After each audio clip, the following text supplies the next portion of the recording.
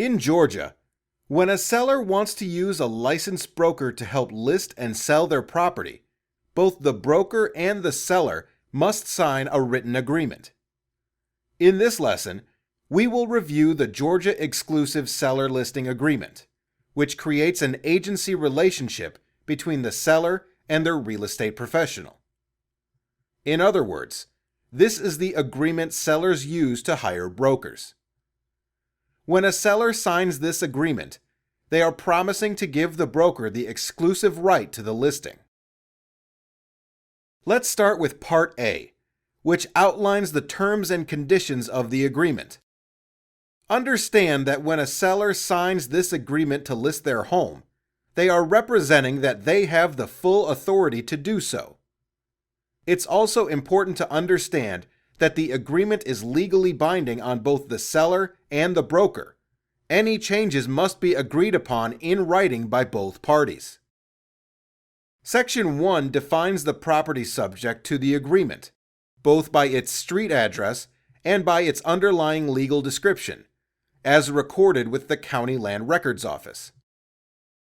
The legal description should be either attached as a separate exhibit, refer to the County Records Deed Book where the description can be found, or be documented in Section 1B3.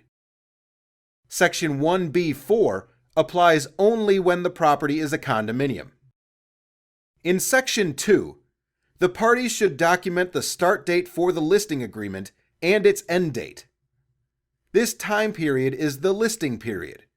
There are two exceptions to the end date, listed here. First, if there is a signed purchase and sales agreement executed before the last day of this listing agreement, the listing period is automatically extended through the date of closing.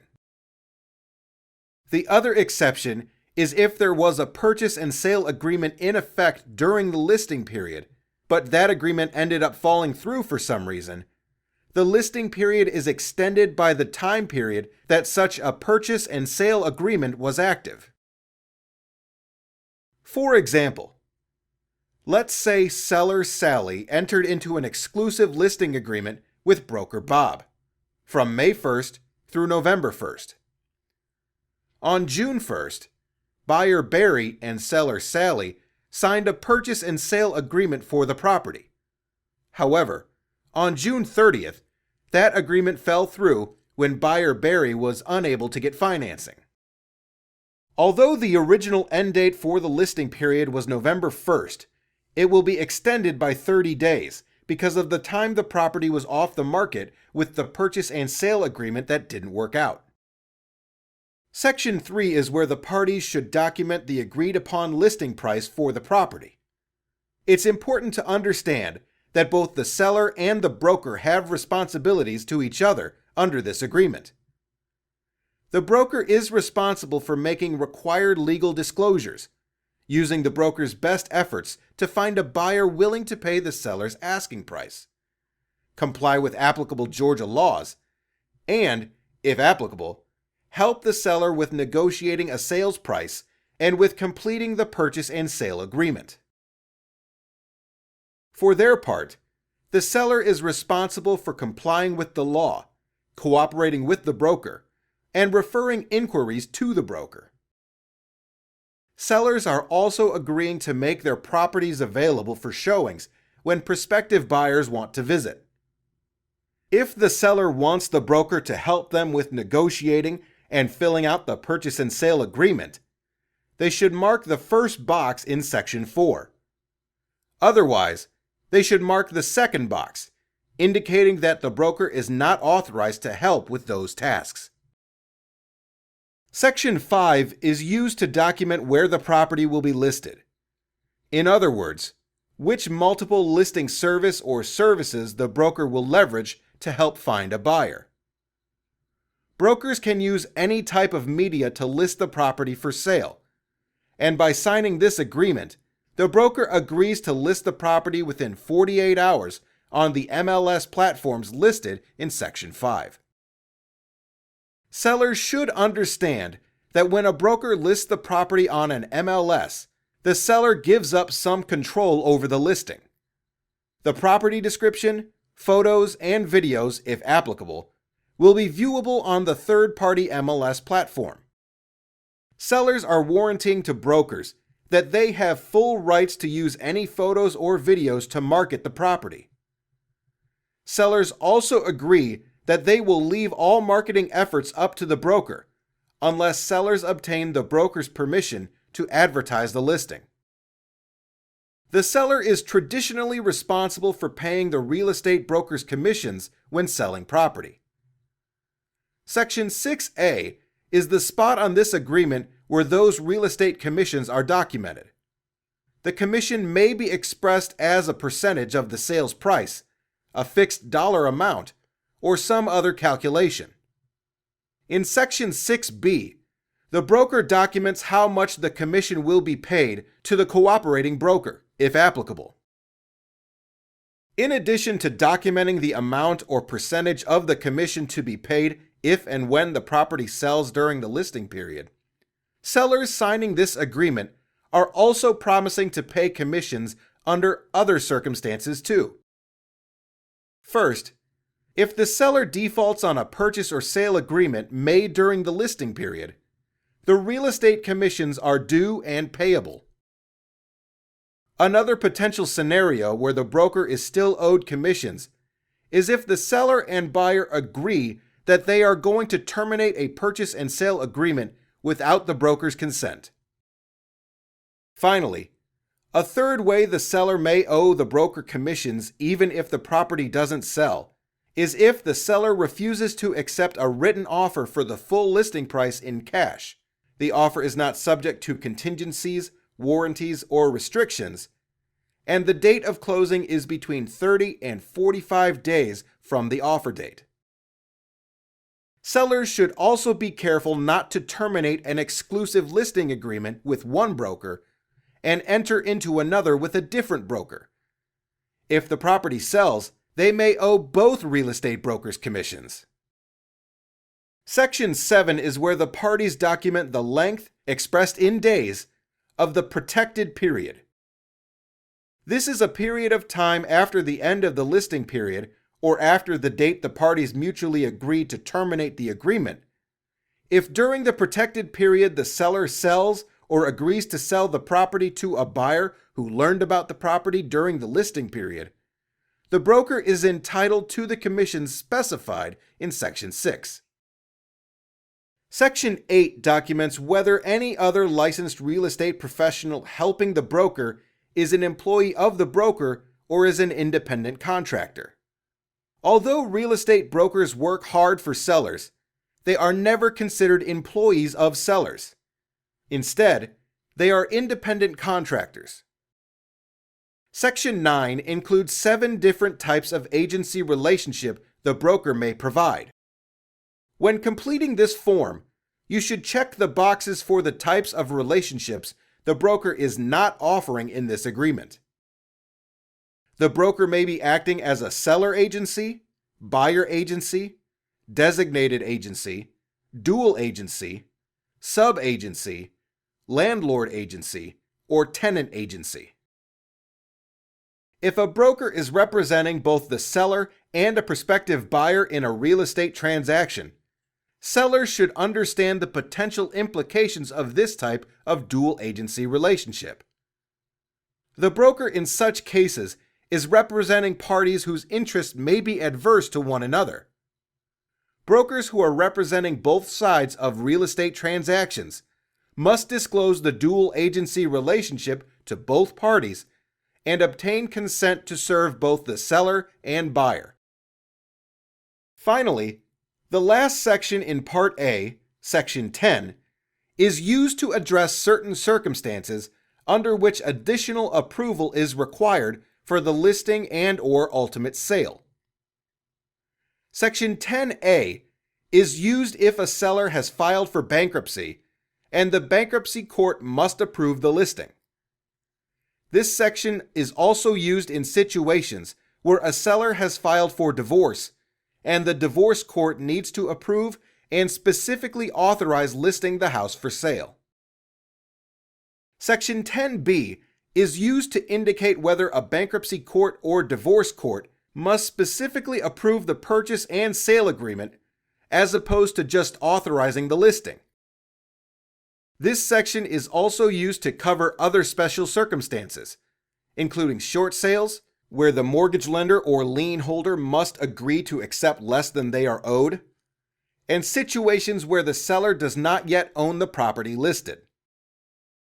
If a third party is required to authorize or approve the sale, the onus is on the seller to meet such requirements. Part B of the Georgia Exclusive Seller Listing Agreement includes more detail about each of the 10 sections in Part A. You should read through this section in its entirety to better understand the provisions in this contract. Now, let's turn to Part C. Section 1 in Part C contemplates the possibility that the seller may default on the exclusive listing agreement. In addition to being responsible for the agreed-upon real estate commissions, as specified earlier in the agreement, a seller who defaults also owes the broker for out-of-pocket expenses and costs, including mileage, printing and copying, and advertising costs, including expenses related to removing the listing from the MLS. Brokers also have the right to pursue other remedies when sellers default. When signing this listing agreement, sellers also agree to submit a current and complete seller's property disclosure statement within 3 days. If a lead-based paint exhibit is required because the property or any part of it was constructed before 1978, the seller also agrees to provide a completed GAR Form F-54 within 3 days too. These requirements are formalized in Section 2. In Section 3, sellers agree that they will do their part to keep their property safe and free of any hazardous conditions so that prospective buyers and their agents can view the property. Sellers agree that their brokers are not liable if injuries or damage to personal property results. Section 4 further protects brokers by spelling out specific limits on the broker's responsibilities and potential liability. While this agreement gives the broker the exclusive right to list and sell the property, that exclusivity doesn't mean the broker cannot represent other sellers or buyers, and does not mean the broker cannot show other properties to prospective buyers. The broker is also not responsible for personally inspecting the property or disclosing information that is otherwise easily ascertainable. By signing this agreement, the seller acknowledges that the broker is not an expert and is not acting in a capacity as a legal professional, accountant, financial planner, mortgage consultant, or other roles other than their role as a real estate professional. The seller also agrees to hold the broker harmless if something goes wrong related to the seller's negligent actions, the seller's failure to disclose complete and accurate information to the broker, the loss or theft of the seller's personal property, damage to the property due to dangerous conditions or due to the seller's failure to secure animals, or the seller's failure to adhere to the terms of a purchase and sale agreement. Unfortunately, fraud in real estate transactions is a real concern. In Section 5 under Part C, the seller gives the broker authority to report suspected fraud to government authorities or mortgage lenders, as applicable and appropriate. Of course, most real estate professionals are not professional fraud investigators. Therefore, this item also includes the seller's acknowledgement that the broker may not identify all potential instances of fraud, and that the broker could make false positive reports, flagging something as being suspicious when there is actually nothing illegal or fraudulent going on. Section 6 in Part C is reserved for some standard contract provisions you may be familiar with by now, as you have seen many of these in agreements covered in other lessons. Section 6A talks about arbitration, which is an alternative means of resolving disputes. By signing this agreement, the seller and broker agree that if there is a dispute about the listing agreement, they will go to arbitration rather than taking their dispute to court. They also agree to abide by the arbitrator's binding decision. Sometimes, a broker is in a position to refer the seller to other brokers' services, particularly if the seller is relocating to a new geographic area. Section 6B gives the broker permission to make such referrals and to receive compensation for doing so. Section 6 also includes provisions covering the governing law for contract disputes, a standard fair housing disclosure, an acknowledgement that time is of the essence with this agreement, and provisions documenting how notices must be provided between the parties and when such notices are considered received. Finally, Section 6 also includes the seller's acknowledgement that if the broker's real estate practice is sold to another firm, the contract can be assigned to the new firm. In the case of such an assignment, the new real estate brokerage is responsible for adhering to all of the terms of the agreement. We have seen Section 7 in other real estate contracts and agreements. This is a standard provision in the Georgia real estate forms, letting the parties know that they should be on the lookout for fraud in real estate transactions.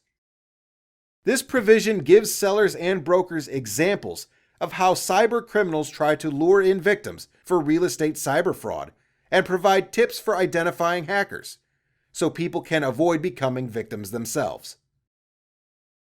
Section 8 contains checkboxes and should be used to document any and all additional brochures or pamphlets the seller has received related to this agreement.